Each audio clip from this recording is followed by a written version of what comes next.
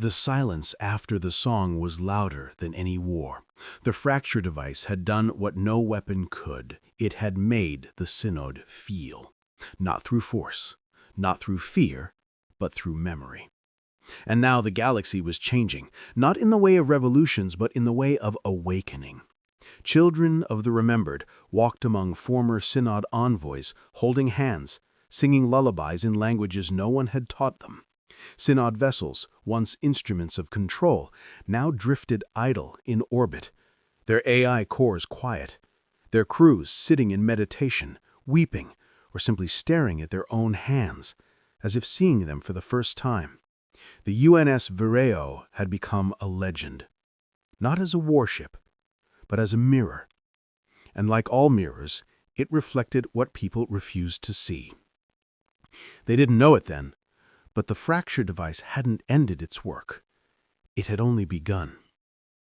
The first sign came from the Synod's central archive, the Hall of Harmonized Thought, buried beneath the ice of the world known as Elysium Prime. It was a vault of pure neural data, not just records, experiences, the collective emotional archive of every species this Synod had ever preserved. A cathedral of stolen souls.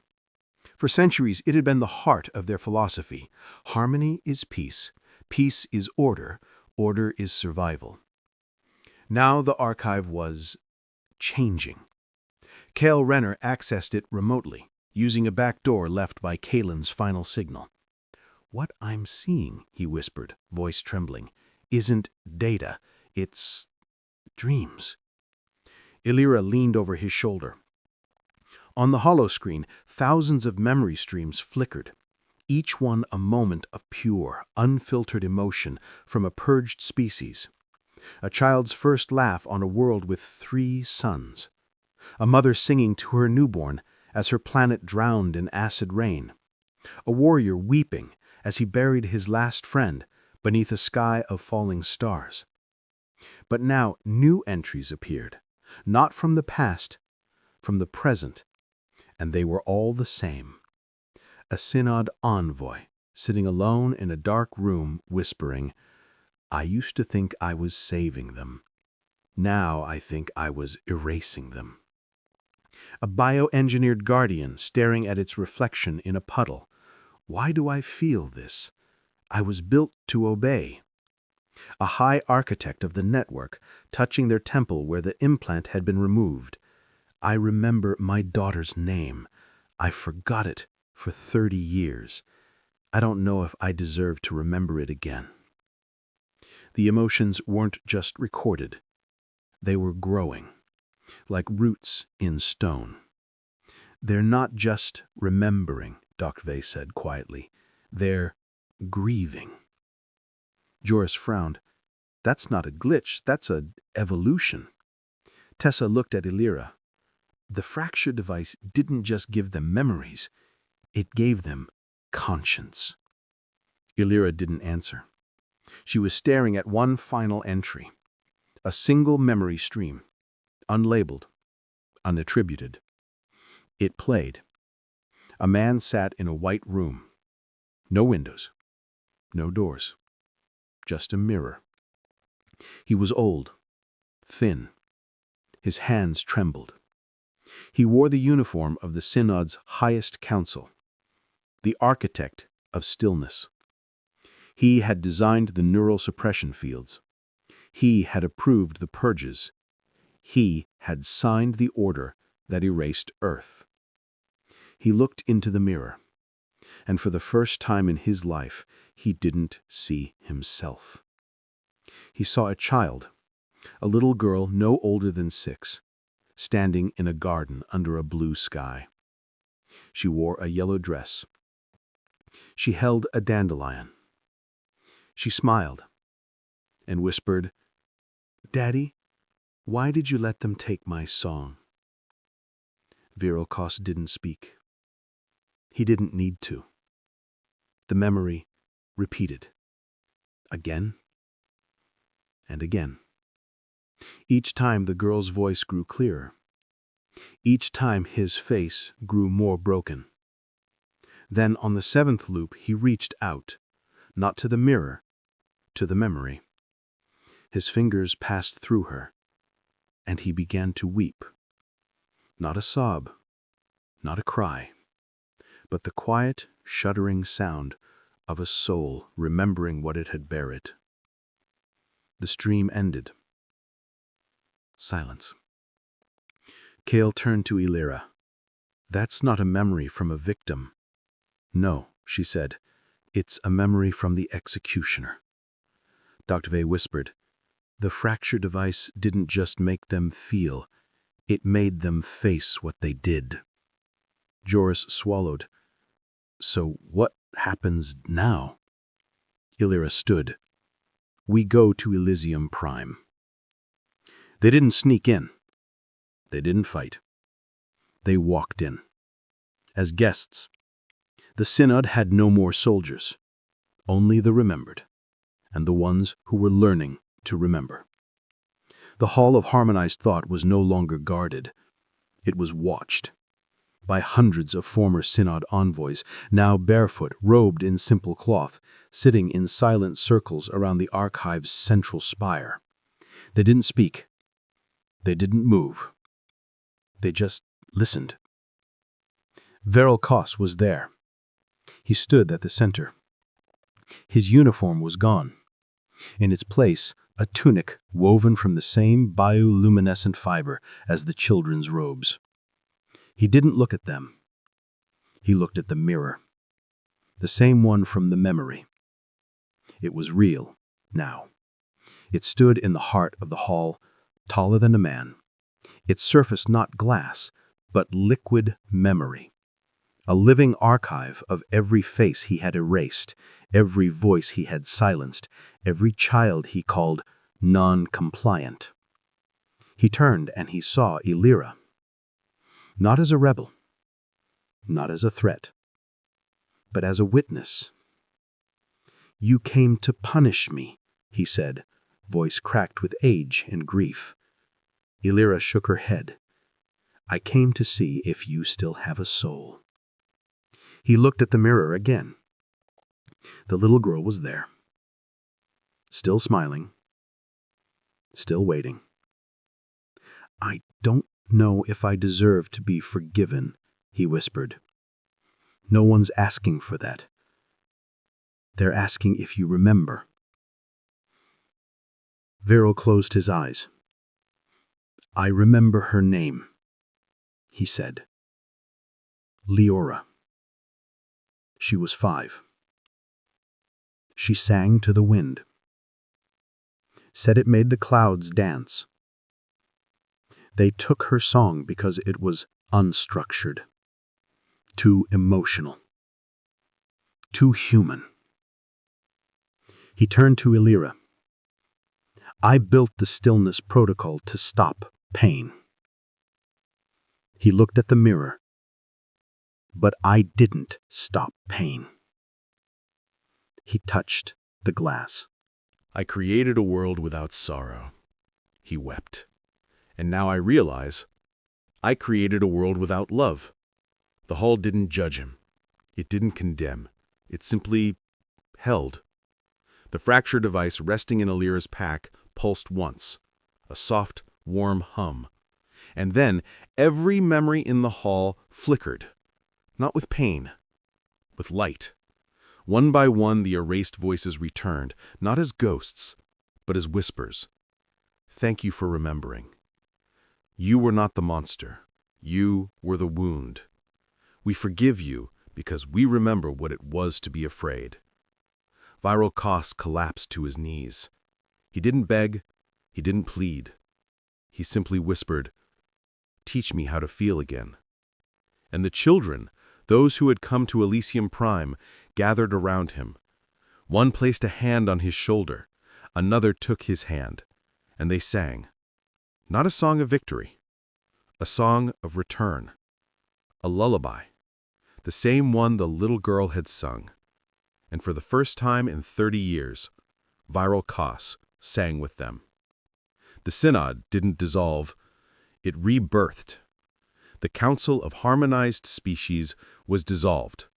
In its place, the Council of Remembered, a coalition of former Synod envoys, exiled species, human survivors, and the children of silence.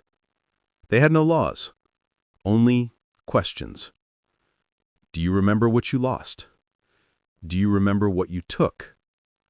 Do you remember what it means to be afraid? They didn't build the network. They built something new, the Echo Network, a decentralized, organic system not of control, but of connection. Every sentient being could choose to share a memory, not to be judged, not to be corrected, just to be heard. And the fracture device? It became its heart, not a weapon, not a tool, a sanctuary. It no longer pulsed with chaos. It pulsed with harmony, the kind that comes from pain remembered, from grief honored, from love reclaimed. But Alira didn't feel relief. She felt weight. That night, alone on the Vireo, she sat before the fracture device. It glowed softly. She reached out, and it responded. Not with sound, not with light, with a thought. Not hers, not Kalen's, not the children's. It was new. I am not a device. I am not a weapon. I am the space between memory and meaning. Alira sat back. Who are you? The device pulsed, and then it showed her. Not a memory, a vision. Earth. Not as it was, not as it fell, but as it could have been. A world where humanity didn't fight the Synod, didn't hide, didn't run. They spoke, they sang, they shared their songs, and the Synod listened. They didn't erase. They learned. They became something new. A galaxy where divergence wasn't a threat. It was the foundation. Then the vision shattered, and the device whispered, I was never meant to be used. I was meant to be awakened. Alira's breath caught. She looked at the crystal from Seed 7. The spiral glowed. She looked at the fracture device. It glowed the same. She looked at her own hand. And for the first time since Earth fell, she felt something she hadn't felt in years. Hope. But beneath it, a dread. Because the device hadn't finished. It had only begun. And it had learned something terrifying. The next morning, the Council of Remembered convened. They had a request, a final one. Viral Kos stood before them. His hair was white. His eyes were clear. I have spent my life erasing memory. Now I wish to preserve it. He turned to Alira. I want you to take me with you. She blinked. Why? Because you are the first who didn't hate me. He looked at the fracture device. I want to be the first who remembers and chooses to change. The council agreed. And so, Viral Kos boarded the Vireo. Not as a prisoner, not as a guest, as a student. He sat beside Alira every day. He asked questions. How do you cry without shame? How do you laugh without fear? How do you love someone you don't understand? She didn't have answers, but she gave him her memories. And slowly, he began to heal. Weeks passed. The Vireo drifted through quiet space. The fracture device remained silent. The children traveled to new worlds. The Echo Network spread. And peace, real, fragile, beautiful peace, began to bloom. But Alira noticed something. Viral, he was changing, not just emotionally, biologically. His skin had begun to glow faintly. His eyes sometimes flickered blue. His dreams, when he spoke of them, were not his own. They were the dreams of the remembered, of the children, of the fracture device. One night he didn't sleep. He sat at the observation blister, staring at the stars. Illyra joined him.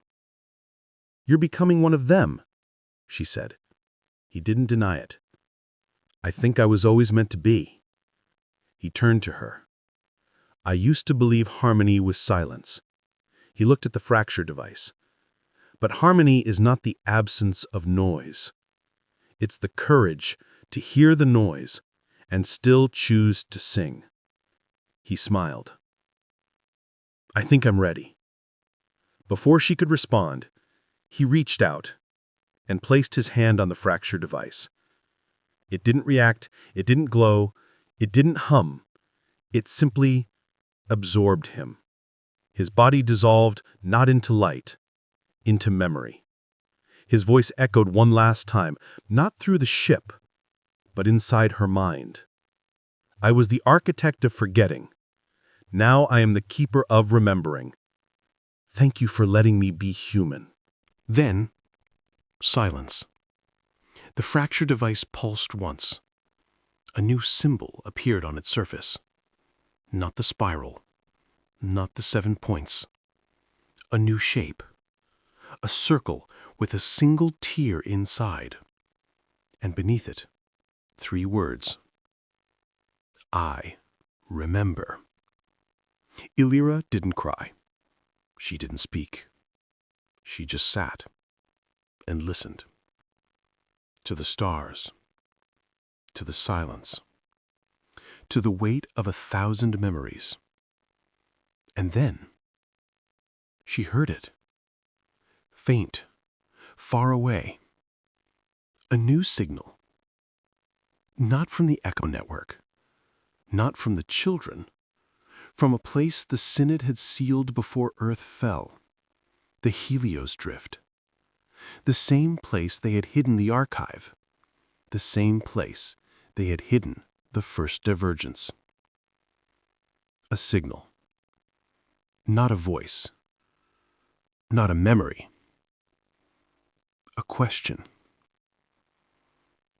Are you ready to become the next? Illyra turned to the crew. Teysa was already at the console. Yaris had his tools out. Doc was watching her, quiet, waiting. Kale looked at the fracture device. "It's not over," he said.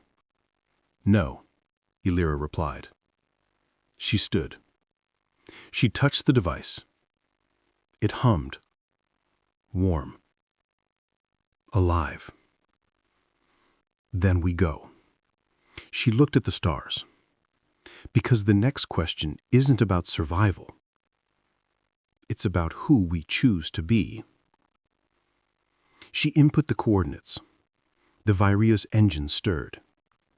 Not to flee. Not to fight. To answer.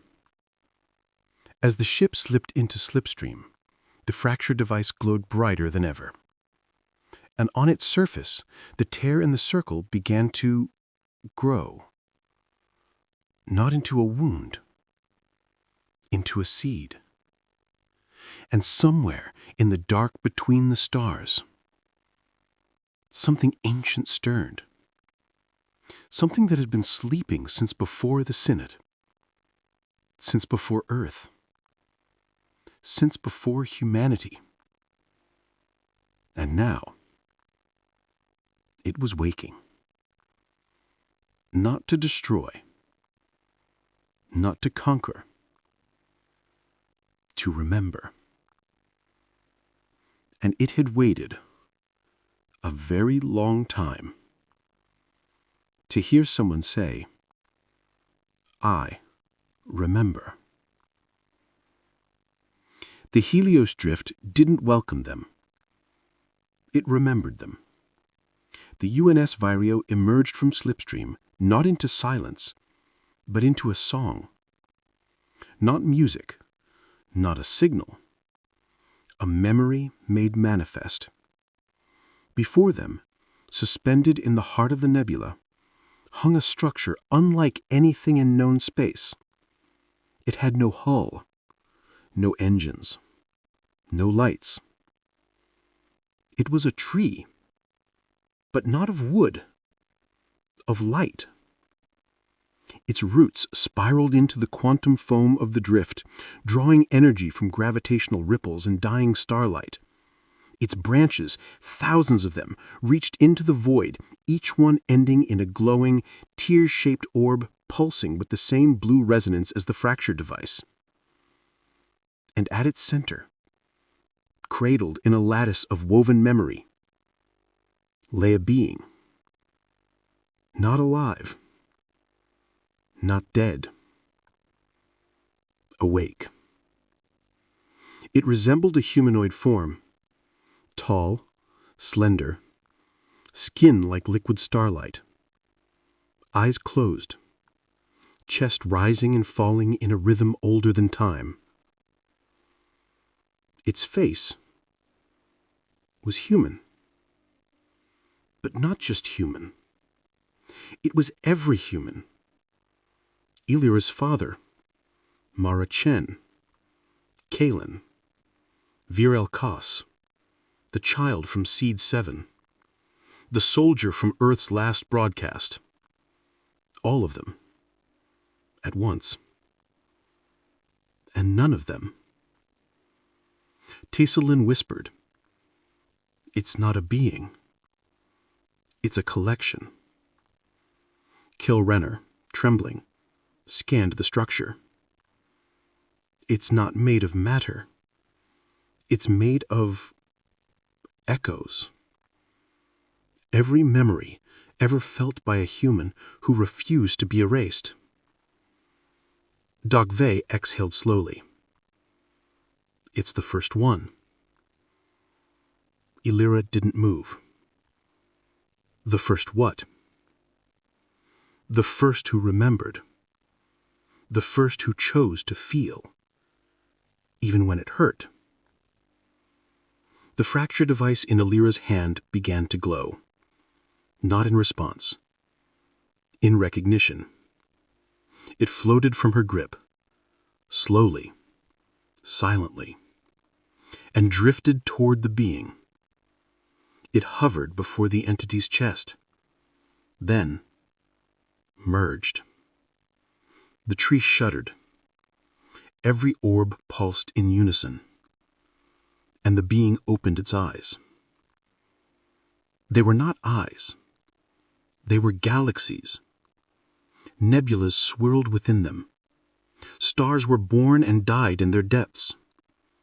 And in their center, tiny, flickering, were faces. All of them. A voice filled the bridge.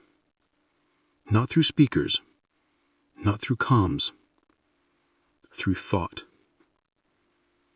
"You came." It was not one voice. It was a chorus. 1,000 voices. 1,000,000. All speaking as one. "We have waited." Illyra stepped forward alone. "No one told us you were here." No one could. The being, the first remembered, turned its gaze to her. "You were the first to say, 'I remember,' and mean it." Illyra swallowed. "What are you?"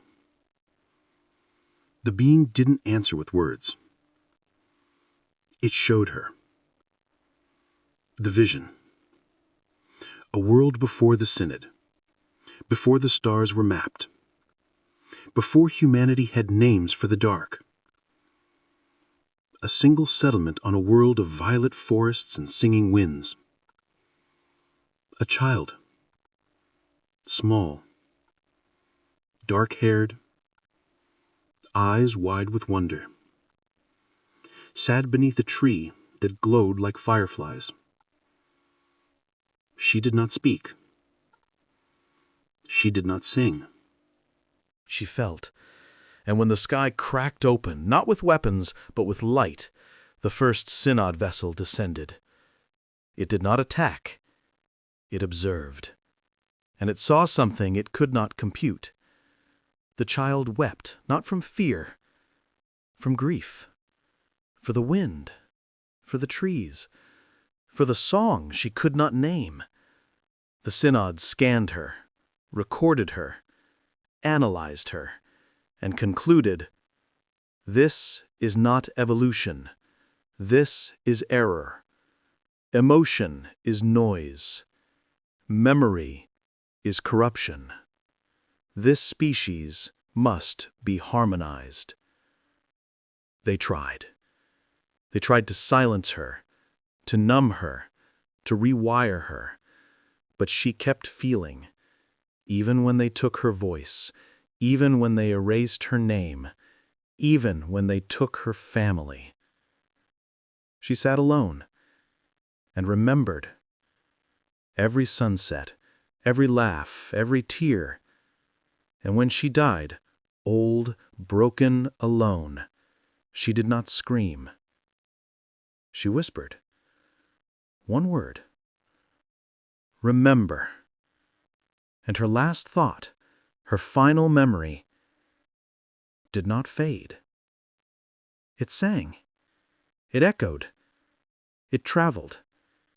Through the quantum foam, through the fabric of space-time. And it found others, like seeds in wind, a soldier on Mars weeping over a dead comrade, a mother on Titan singing to her child in a language no one else knew, a miner in the belt carving a spiral into his helmet. Each one, in their final moment, whispered, remember. And each memory stayed. They didn't vanish. They gathered. Like stars forming a constellation, and over centuries, they coalesced. Not into a god, not into an AI, but into a living archive of feeling. The first remembered. The origin, the source, the reason the fracture device worked. It wasn't human tech. It wasn't Synod tech. It was memory made flesh. And it had been waiting for someone to say, I remember. And not just as a phrase, but as a promise. The vision ended. Elira gasped. She was back on the bridge. Tears streamed down her face. She didn't wipe them. She didn't speak. The fracture device rested against the being's chest, now glowing brighter than ever. The being looked at her. You are the first to carry the echo and not use it to fight. Elira whispered, we didn't come to fight. Then why are you here? She looked at her crew, Tisa, Kale, Doc, Joris, all silent, all changed. We came because we didn't want to be afraid anymore. The being's galaxies flickered. Fear is not the enemy. It reached out not with a hand, but with a pulse. And Elira felt it, not in her mind, in her bones. Fear is the reminder that you are alive. A tear fell from the being's eye, not liquid, a single glowing tear shaped like the symbol on the fracture device. It floated toward Elira. She reached out. It landed in her palm. And she felt everything.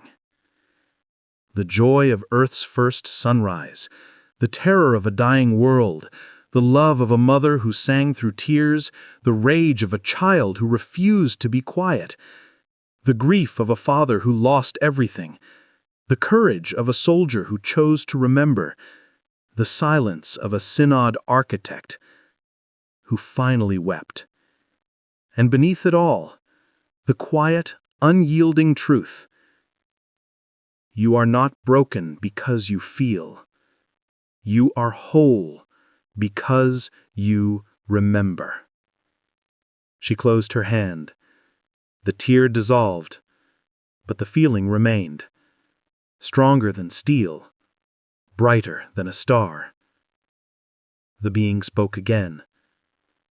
The Synod feared us because we were the first to choose pain over peace. They called us anomaly. They called us disease. They called us unharmonized. But we were never wrong. It looked at the fracture device. You used our song to awaken others. You gave them back their souls. Now, you must choose what to do with them. Elira looked at her crew. Joris cleared his throat. So, what's the choice? The being's voice softened. You can take the fractured device. You can carry it. You can use it to wake every mind in the galaxy. And you can become the new voice of the remembered. Kale stepped forward.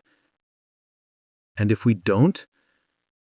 Then the fracture device will fade, the memories will grow quiet, and the galaxy will forget again. Elira looked at the being. You've been alone for how long? Longer than your sun has burned. And you waited for us? I waited for someone who didn't want to control the memory. Someone who wanted to share it. She turned to the crew. Do we do it? Tisa spoke first. We've spent our lives running from the past. Now we carry it. Doc nodded. If we don't spread this, who will? Joris grinned, rough but sincere. I've seen enough of clean, quiet worlds. Let's give 'em some noise. Kale smiled. Then let's make sure they hear it. Elira looked back at the being. I don't want to be the voice. The being tilted its head. Then what do you want? Elira placed her hand on the fracture device. I want to be the bridge. She turned to the crew. We don't take the device. She turned to the being. We don't take you. She looked at the orbs, thousands of them, each holding a memory. We take this. She gestured to the tree. We take the song. The being was silent. Then, it smiled. Not with lips, with light. And the entire tree began to glow. One by one, the tear-shaped orbs detached, not flying away, but drifting, each one gently, silently toward the Vireo. They passed through the hull, through the decks, through the crew, and into their chests, into their hearts, into their minds. Not as a weapon, not as a tool, as a gift, a memory, a feeling, a reminder. And then, the tree began to fade. Its roots dissolved. Its branches turned to dust. Its light dimmed. And where it stood, only a single, small seed remained. It floated gently toward Elira. She caught it. It was warm. It pulsed. And it whispered, in a voice only she could hear, You are not the last. You are the first to choose to carry it without owning it. The tree was gone. The being was gone. Only the seed remained. And the fracture device, now silent, dark and still, rested in Elira's palm. No longer glowing, no longer humming, just waiting. They didn't leave right away. They sat. For hours. No one spoke. They didn't need to. They felt. The memory of the child under the violet tree, the sorrow of the soldier who buried his friend, the joy of the mother who sang through tears, the courage of the architect who wept, and beneath it all, a new feeling. Not hope, not defiance, belonging. They had not saved humanity. They had not defeated the Synod. They had not even awakened the galaxy. They had simply remembered. And in remembering, they had become part of something larger, something eternal. Weeks later, the Vireo drifted through a quiet system. A small colony, no name, no flag, no Synod presence, had begun to form on a moon orbiting a dying star. It was built by former envoys, exiles, refugees, and children. No one had told them what to do. They just remembered. They sang. They painted murals of the tear symbol. They built a small shrine of stones, each carved with a single word: I remember. They didn't know who had started it. They didn't care. They just knew. They were not alone. On the bridge, Tessa watched the colony through the view screen. They're building a school, she said. Kale nodded. They're teaching the children to feel, not to obey, not to hide, just to feel. Doc looked at Alira. Do you think it'll last? She didn't answer.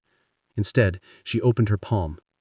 The seed was gone, but in its place, a single faint glow pulsed beneath her skin. A tear-shaped symbol. Faint, but there. And when she closed her eyes, she heard it. The song. Not from the past, from the future. From the child under the tree. From the soldier. From the architect. From the first one. And from her. All of them. Together. We are the ones who remember. We are the ones who choose to feel. We are the ones who refuse to be silent. We are the ones who say, I remember. The fracture device lay on the table. Dark, quiet, still. But now, it was no longer a device. It was a promise. And Alira knew it would wait. Until the next soul, the next child, the next soldier, the next architect looked into the dark and whispered, I remember. That night, Alira stood alone on the observation blister. The stars were quiet. The galaxy was healing, and in her chest, the glow pulsed gently. She touched her skin and whispered back, I remember. And for the first time since Earth fell, she didn't feel afraid. She felt alive. The Vireo turned, not toward war, not toward power, not toward glory, but toward the next system, the next colony, the next silence, the next soul, waiting, watching, hoping.